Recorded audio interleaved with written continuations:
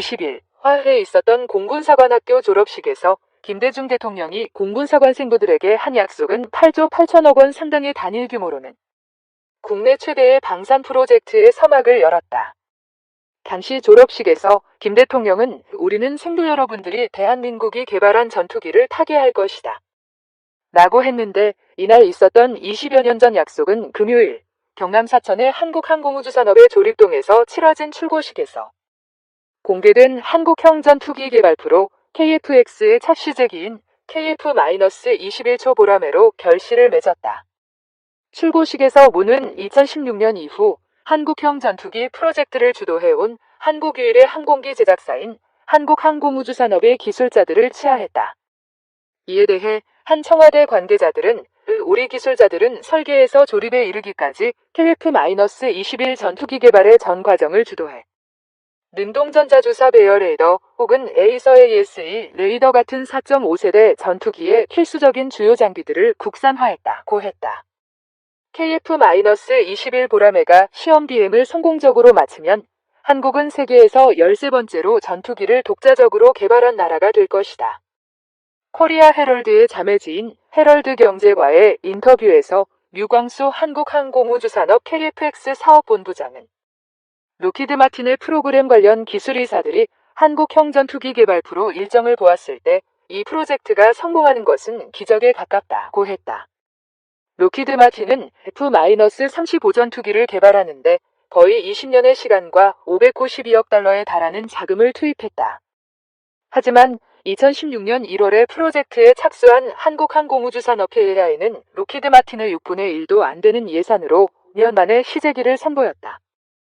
이에 대해 류 본부장은 한 로키드 마틴 고위 인사가 저희 회사를 보고는 한국형 전투기 개발 프로젝트를 수행하기 위해서는 로키드 마틴이 투입했던 인력의 2배가 필요하다 고 했지만 한국항공우주산업에서는 우리가 보유한 기술진만으로도 프로젝트를 수행할 수 있다고 밝혔다. 세계에서 가장 강력한 전투기인 로키드 마틴의 F-21 유사한 설계 디자인 때문에 한국항공우주산업의 F-21 보라매는 종종 베이비 랩터로도 불리우고 있다. F-21 보라매의 천여 비행은 지상시험 이후인 내년 7월로 예정되어 있으며 양사는 6기의 시제기들이 향후 4년간 2200수지의 비행을 마친 후 진행될 것이다. KF-21은 상징적 중요성뿐만 아니라 실질적인 이점도 있다. 우리 공군이 보유하고 있는 주력기인 KF-16이나 F-15 전투기는 모두 미국제여서 부품 공급 안정성이 떨어져 고장으로 인한 작전에 대한 대비를 제대로 할 수 없다. 지난 5년간 F-15K와 KF-16 전투기들은 부품 부족으로 각기 535회 및 548회나 긴급 발진할 수 없었다. KF-21의 목표 국산화율은 65%이다. 또 다른 이점은 무전 선택의 자유로 예를 들어 F-15K의 한국산 미사일을 장착하기 위해서 한국은 미국의 무장 시스템 통합의 명목으로 수천만 달러를 지불해야 했으며 이 과정에서 소스 코드를 공개해야 해 공군은 F-15K의 스웨덴 독일 이 합작해서 만든 타우러스 미사일을 탑재하기 위해 800억 원을 지불해야 했다. 하지만 KF-21이라는 독자적인 플랫폼 덕분에 공군은 이제 설치 비용에 대한 걱정 없이도 한국산 미사일을 탑재할 수 있다. KF-21은 각 날개의 3곳, 동체 하부의 4곳을 비롯한 총 10곳의 무장 파일런을 갖고 있다. 공군은 120기의 KF-21기를 발주, 2032년까지 실전 배치. 노후한 F-4D와 F-5E 전력을 대체할 것으로 한국항공우주산업에서는 대당 6,500만 달러로 예상되는 KF-21을 2028년에 수출을 시작할 계획이다. KF-21은 또한 동북아시아에서의 마케팅의 필수적인 요소가 될 운용 비용과 유지비가 저렴하다는 점도 보여주었다. 이 한국형 전투기 보라매 KF-21 시제기 출고 9일 오후 경남 사천 한국항공우주산업 KLI 공장에서 한국에서 자체 개발한 첫 국산 전투기 출고식이 열렸다. 임시정부 시절인 1920년 첫 비행 장교를 배출하면서 국산 전투기로 영공을 지키겠다는 꿈을 꾼 뒤 100여 년 만이다. 한국은 이번 전투기 개발로 세계에서 13번째로 자체 전투기 생산국 반열에 올랐다. 4.5세대 첨단 초음속 전투기 개발은 미국, 중국, 일본 등에 이은 8번째가 된다. 이날 출고식에서 문재인 대통령은 100여 년 전 임시정부는 광복군의 공군 창설 꿈을 가졌다며 우리 손으로 우리 하늘을 지키자는 선조들의 꿈을 오늘 우리가 이뤄냈다고 강조했다. 첫 국산 전투기의 제식명은 21세기 한반도를 수호할 국산 전투기라는 뜻에서 KF-21이라고 정했다. 공군에선 전투기 제식명은 F로 시작하는데 국내에서 제조한 경우 K를 덧붙인다. 공군을 상징하는 보람의 명칭도 붙었다. 공군은 미래 자주국방을 위해 힘차게 비상하는 한국형 전투기라고 설명했다. KF-21 보람에는 음속의 1.8배에 달하는 비행속도, 7.7톤의 무장 탑재력으로 전천 후 기동성과 전투 능력이 가능하다. 개발 과정에 얻은 최첨단 기술은 KF-16, F-15K 등 기존 공군 전투기에 적용해 성능을 올릴 수도 있다. 이번 전투기 개발을 계기로 5세대 스텔스 전투기 개발의 기반도 마련했다. 국산 전투기를 개발하는 한국형 전투기 KF-X 사업은 2001년 김대중 대통령이 국산 전투기 개발을 천명한 이래 20년 만에 7기를 출고하게 된 것이다. 2010년 4월 국내 개발을 결정한 뒤 2015년 본격적인 개발에 들어섰다.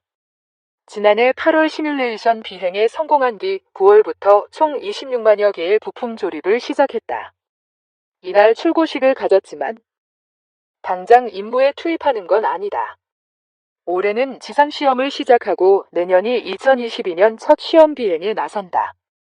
이후 2026년까지 시험평가를 이어간 뒤 개발을 완료할 예정이다. 정부는 KF-21 전투기 120대를 개발 생산하는데 총 18조 원을 투입하고 있다.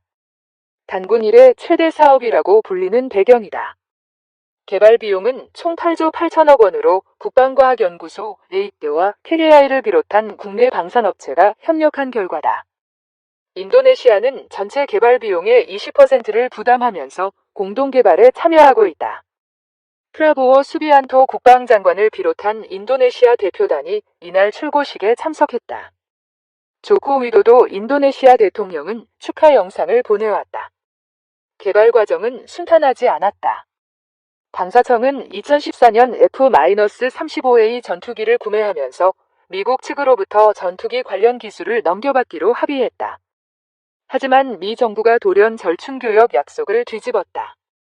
미국이 한국에 제공키로 했던 25개 핵심 기술 중 오른쪽을 가리키는 암한 삼각형 ASE 레이더, 오른쪽을 가리키는 암한 삼각형 RSE 적외선 탐색 및 추적 장비, 오른쪽을 가리키는 암한 삼각형 ETG, 전자광학 표적획득 및 추적 장비, 오른쪽을 가리키는 암한 삼각형 전자파 방해 장비 등 가장 중요한 4개 핵심 기술 이전을 거부했다.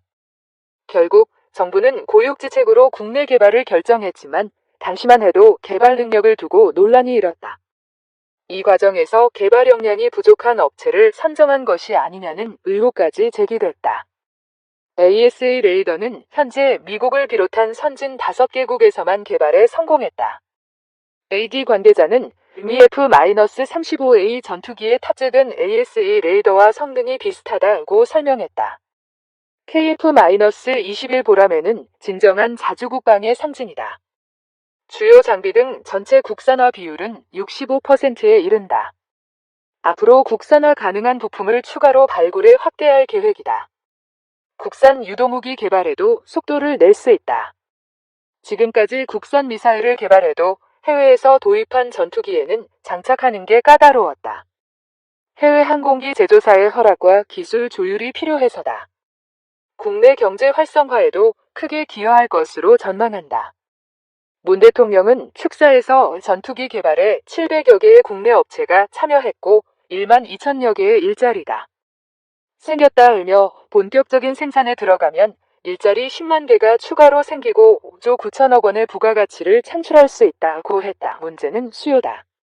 공군이 운용할 120여 대만 갖고서는 경제성을 확보하기 힘들다. 이 때문에 정부는 처음부터 국제 공동개발로 추진키로 하고 동남아시아 방산 수출 교두보인 인도네시아를 전략적인 개발 파트너로 삼았다.